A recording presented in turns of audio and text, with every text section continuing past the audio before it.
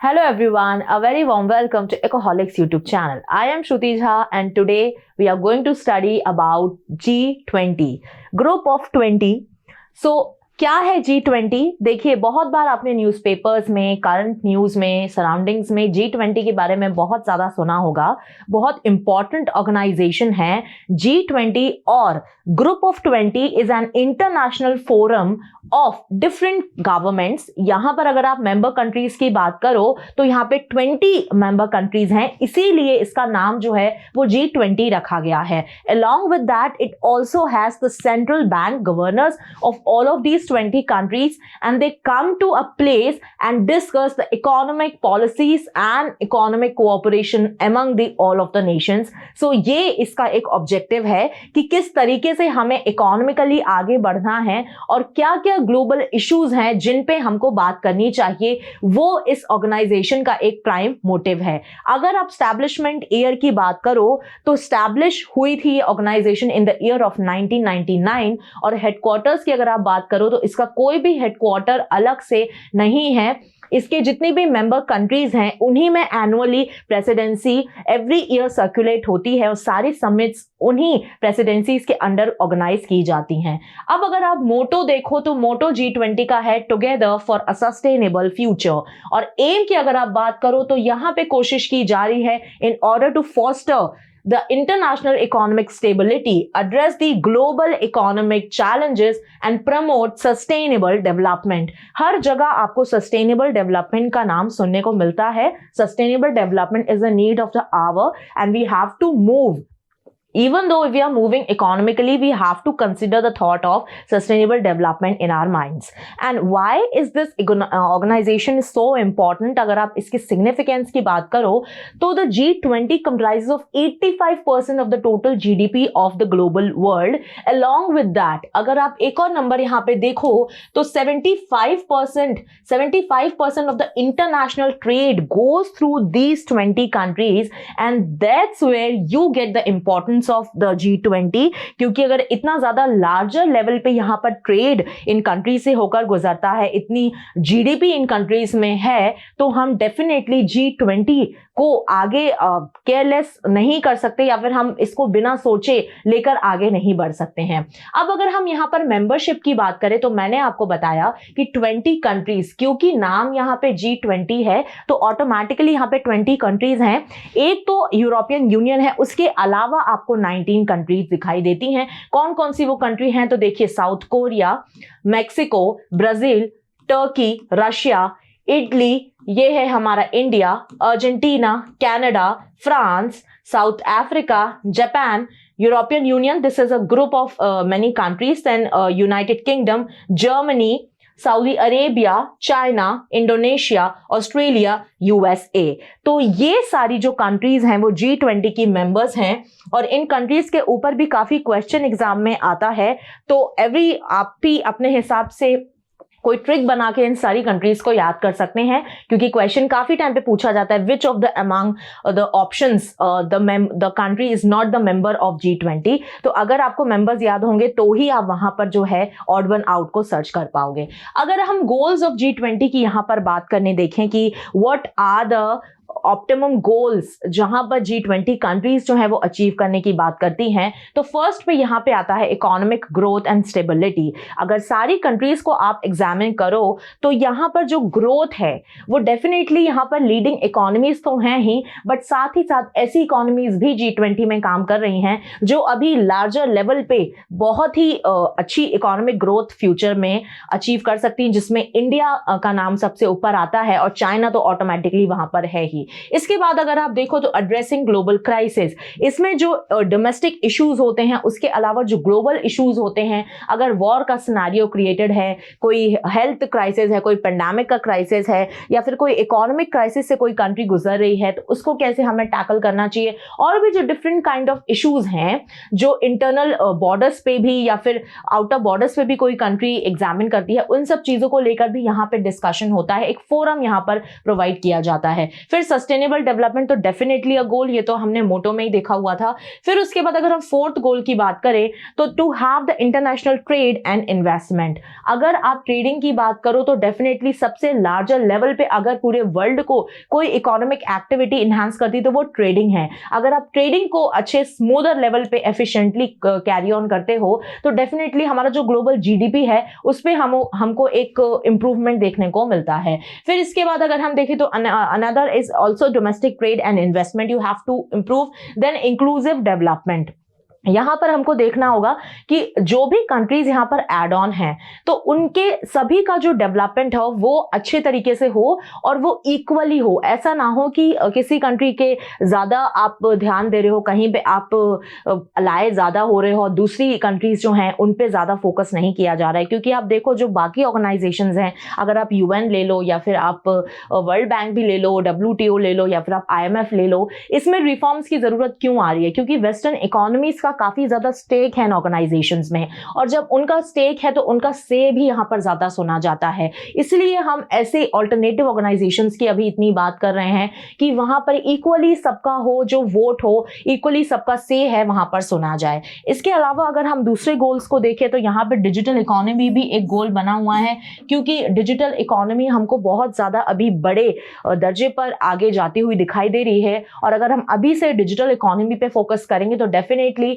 हम जो भी यहाँ पर एक नेगेटिव जो रिस्पॉन्सिबल बिहेवियर है डिजिटल इकोनॉमी की तरफ, जैसे हैकिंग हो गया, साइबर सिक्योरिटी जो इश्यूज आ रहे, साइबर अटैक्स हो गए, फ्रॉड्स हो गए, इनसे डील करने में काफी अच्छे से यहाँ पर एबल हो पाएंगे। फिर इसके बाद आप देखिए हेल्थ एंड पेंडेमिक रिस्पॉन्स। तो यहाँ पे G20 की अगर हम बात करें तो एक जब कोविड सिचुएशन आई थी तो उस टाइम पे भी इन सारी कंट्रीज के बीच में एक अच्छे से कोलैबोरेशन आपको देखने को मिला था towards the following the situation of pandemic. Although China was not that much collaborating with every country, China का अलग ही डिफरेंट सिनेरियो है, but apart from China I think all the other countries were coordinating with each other at a greater level.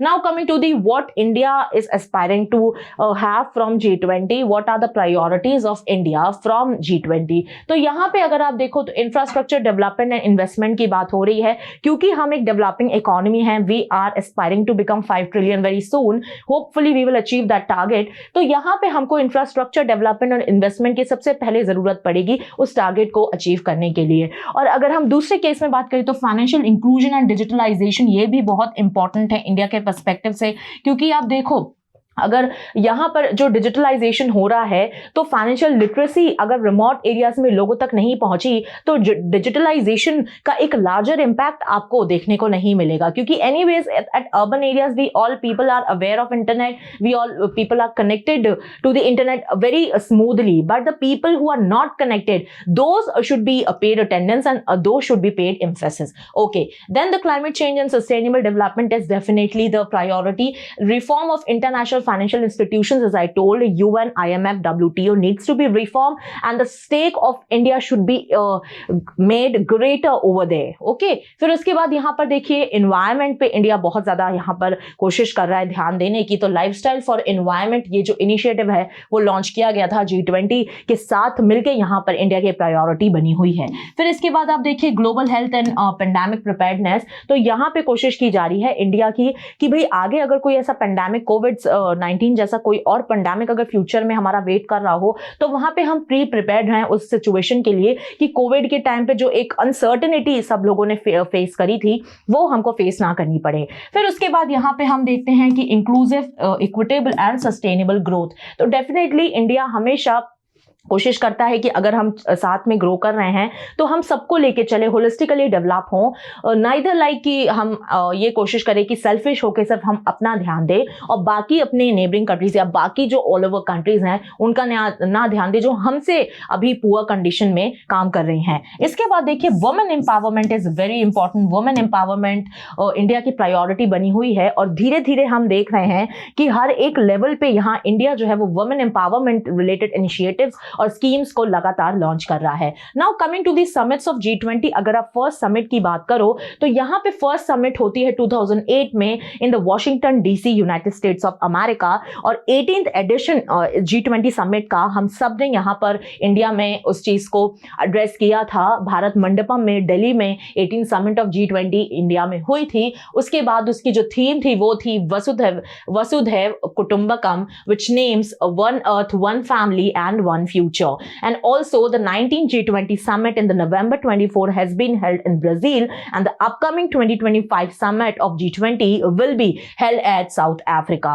Moving towards the next topic, which is the organizational structure of G20. यहाँ पे अगर आप membership की बात करो तो मैंने आपको बताया कि एनुअली यहाँ पे मेंबरशिप जो है वो चेंज होती है, और इसीलिए यहाँ पे कोई इसका परमानेंट सेक्रेटेरिएट या हेडक्वार्टर आपको नहीं मिलेगा। इसके बाद अगर आप प्रेसिडेंसी की बात करो तो यहाँ जो भी कंट्री एनुअली जिसके पास प्रेसिडेंसी है वो ही रिस्पॉन्सिबल होती है सबमिट्स कराने के, और जो भी वर्किंग्स होती हैं, कमिटीज होती हैं, जो भी काम होना है G20 का वो सारा उसी पर्टिकुलर कंट्री पे आता है। जैसे हमारे इंडिया में अगर हमें 2023 में अगर प्रेसिडेंसी मिली थी तो सारा समिट से लेकर सारी चीजें ऑर्गेनाइज जो है वो इंडिया में ही करी गई थी। फिर यहाँ पे ट्रॉयका देखिए क्या है, बहुत फेमस है, बहुत एक अलग सा एक टर्म है जो G20 से रिलेटेड काफी ज्यादा सर्कुलेट किया जाता है। तो देखिए ट्रॉयका होता क्या है, एक्चुअल रशियन व्हीकल होती है ट्रॉयका। जब आप देखोगे तो उसमें जो 3 हॉर्सेस लेके इस व्हीकल को, जो कैरेज व्हीकल को चलते हैं, उसको हम ट्रॉयका बोलते हैं। और इसीलिए यहाँ पर 3 कंट्रीज का एक ग्रुप आपको देखने को मिलता है, जिसमें आपको एक होती है फर्स्ट करंट यहाँ पर प्रेसिडेंसी, और फिर previous presidency and the next presidency. ठीक है, इसी से तीनों से मिलकर यहाँ पर ट्रॉयका को क्रिएट किया जाता है। तो अगर आप 2024 की बात करो तो यहां पे जो करंट 2024 की प्रेसिडेंसी थी वो ब्राजील के पास थी, और अगर आप प्रीवियस देखो तो यहां पे इंडिया के पास प्रेसिडेंसी थी, और अगर आप नेक्स्ट देखो जो 2025 की अगर हम बात करें तो वो आपको मिलेगी साउथ अफ्रीका। तो इसलिए 2024 का जो ट्रॉयका है वो आपका आता है Brazil, India and south Africa. Now the permanent guest, तो यहां पे स्पेन जो है वो हमेशा से G20 का परमानेंट गेस्ट है।